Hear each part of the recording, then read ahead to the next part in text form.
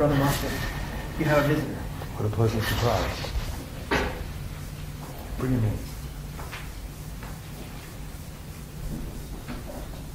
My bishop, this is... My name is Quintus Septimius Florens Tertullianus. Welcome to my home, brother. I'm Marcion. That's your full name? Just Marcion? Oh, Marcion of Sinope, if you prefer. Prefer? It's getting worse and worse.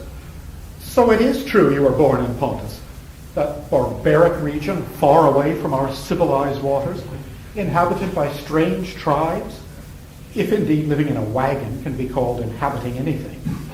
They devour their own parents' bodies at banquets. Women display their naked breasts. No germ of civilization is to be found in those parts.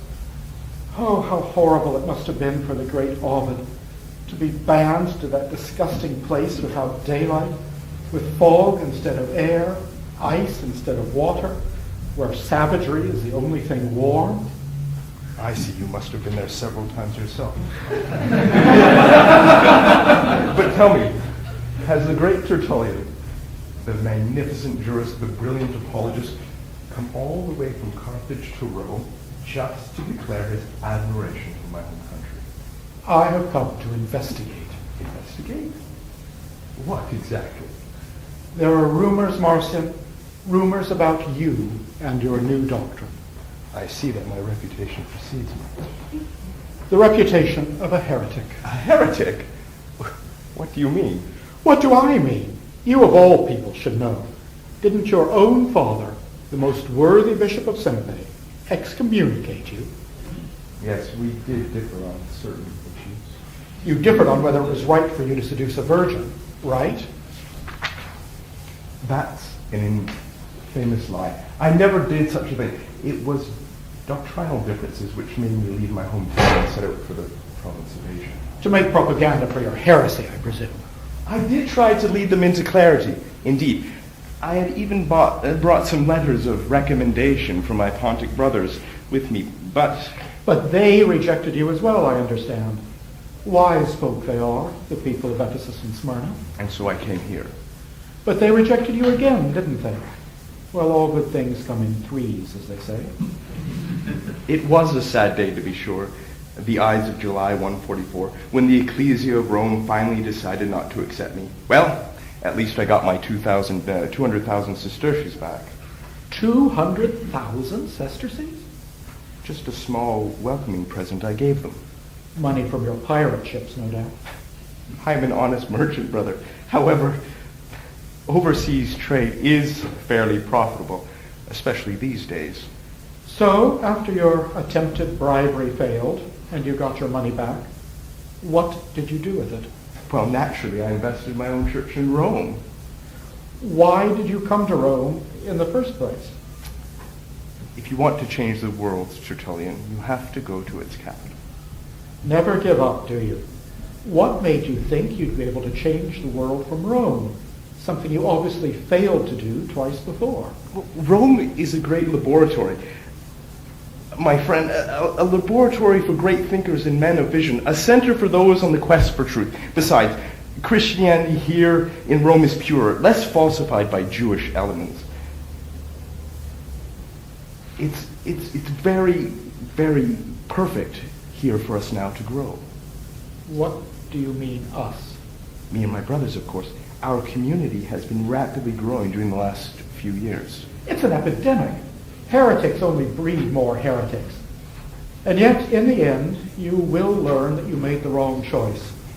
The Roman spirit, this admirable love for order and discipline, will be able to deal even with the most dangerous plague of heresy. And on what authority do you call us heretics, brother? On the authority of the church. What is the church, my friend? I only see a loose federation of Christian communities without outward cohesion or inner unity of doctrine. What about Anicetus? What about him? You owe him allegiance. He is the Bishop of Rome. He may be the Bishop of Rome, but he's not infallible. Oh, he is indeed. He just doesn't know it yet. Is this part of your Montanist glossalia? I'm not a Montanist. Indeed, I couldn't be. It won't be invented for another 20 years. Although I admit that I do admire the adherents of the new prophecy for their rigid asceticism and strict practice of penance. But I am still a loyal son of the church, and Anicetus is in the rightful succession to the apostles. He is the guardian of the rule of faith here in the capital. And do tell me, Tertullian, what is the rule of faith? The rule of faith is altogether one, alone, immovable, and irreformable. The rule of believing in one only God omnipotent, the creator of the universe, and his Son Jesus Christ, born of the Virgin Mary, crucified under Pontius Pilate, raised again the third day from the dead, received in the heavens, sitting now at the right hand of the Father, destined to come to judge the living and the dead through the resurrection of the flesh. And what if I told you that we have a rule of faith of our own? The rule of believing in one God, perfectly good, superior to the God who created the universe and his Son, Jesus Christ, who is not the one destined by the Creator to come at some time still future for the reestablishment of the Jewish state, not born, manifested in human form, abolishing the prophets and the laws, crucified under Pontius Pilate, and raised again the third day from the dead. So we would both have a rule of faith. Who do you suppose shall decide between us? Your rule is the more recent one. And what's that supposed to mean? That which is of later importation must be reckoned heresy, because that has to be considered truth, which was delivered of old and from the beginning. For insofar as the false is a corruption of the true, to that extent must the truth have preceded that which is false. Well, in this case, you have just condemned yourself, my friend. For my rule of faith goes back to the teaching of our Lord Jesus Christ and his one real apostle, Paul. Yours, on the other hand, is a perverted mishmash made up by false apostles and Jewish forgers. How dare you? Brother, it is late, and I see that the long journey has exhausted you. Why don't you just have some rest here in my house overnight, and we'll talk about all this tomorrow? Are you out of your mind? What makes you think I'd actually stay here with you? Well, you said that you do have something to investigate, and that's the reason why you've come. Wouldn't the best way to do so would be by spending some time with me, as much as you could? Maybe that is right. I must say I'm surprised that you would have me stay here with you. Doesn't it bother you to have an investigator around? Not at all. I have nothing to hide. In fact, I am more than pleased to have the chance to introduce you to our community. Who knows, maybe your eyes will be even opened in the end. I will never join the enemy. Never. And why do you see us as adversaries, Tertullian? Why? Your plan to rend our church and make a split in it forever. I never said anything like this.